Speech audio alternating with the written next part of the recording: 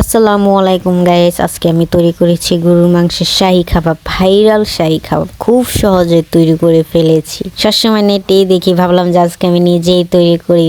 বাহ, কত সুন্দর, একদম মনের মতো আজকে আমি শাহী কাবাব তৈরি করেছি কুরবানির মাংস গোস্ত দিয়ে। খুব সহজ উপায় বানিয়ে ফেলেছি। ফার্স্ট আমি মাংসগুলো সুন্দর করে একটা পাথরের সাহায্যে ছেঁচে নিয়েছি।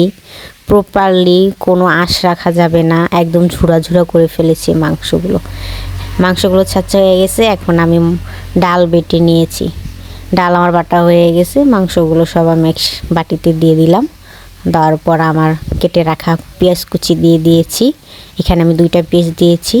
তারপর আমি যে ডাল বেটেছি ডালগুলো দিয়ে দিলাম। এক এক করে আদা পেস্ট করে রেখেছিলাম সেটা দিয়ে দিলাম।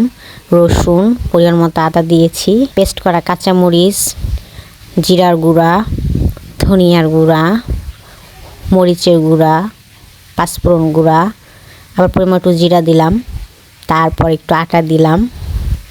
দিয়ে সুন্দর করে মাখা জাখা করে নেব। প্রপারলি মিক্স করে নেব। আজকে তো মাখা জাখা করতে করতে সৌদি হয়ে যাব মনে হচ্ছে। মেশিনের কাজ হাতের কাজ তো অনেকটাই পার্থক্য। যাই হোক গাইস, আমার মাখা প্রপারলি হয়ে যাচ্ছে।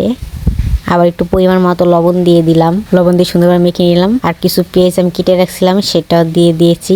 আর এখন আবার মেখে নিব। নিয়ে মেন জিনিসটা দিব, এটাই হচ্ছে সব টেস্ট কাবাবের, লেবুটা দিলেই কাবাবের একটা আলাদা ফ্লেভার আসে।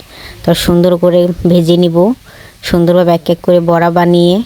আর এই কড়াইটা হচ্ছে আমার খুব লক্ষ্মী, পুরানো আমার শাশুড়ির কড়াই।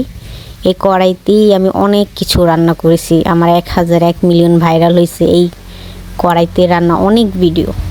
তো এই লক্ষ্মীটা তো আমি আর ছাড়তে পারি না। তো এই কড়াইতে আমার ইচ্ছা আমি শেষ পর্যন্ত যাবো। এই কড়াইতে যত রান্না আমি এটাতেই করি।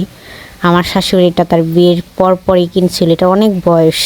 তো যাই হোক, আমার এক এক করে শাহী কাবাব সম্পূর্ণ তৈরি হয়ে গেছে, রান্না হয়ে গেছে। আপনারাই দেখতে পাচ্ছেন কত সুন্দর একটা কালার আসছে। আমার ভিডিও যদি ভালো লাগে লাইক কমেন্ট দিয়ে আমার পাশে থাকবেন। আল্লাহ হাফেজ।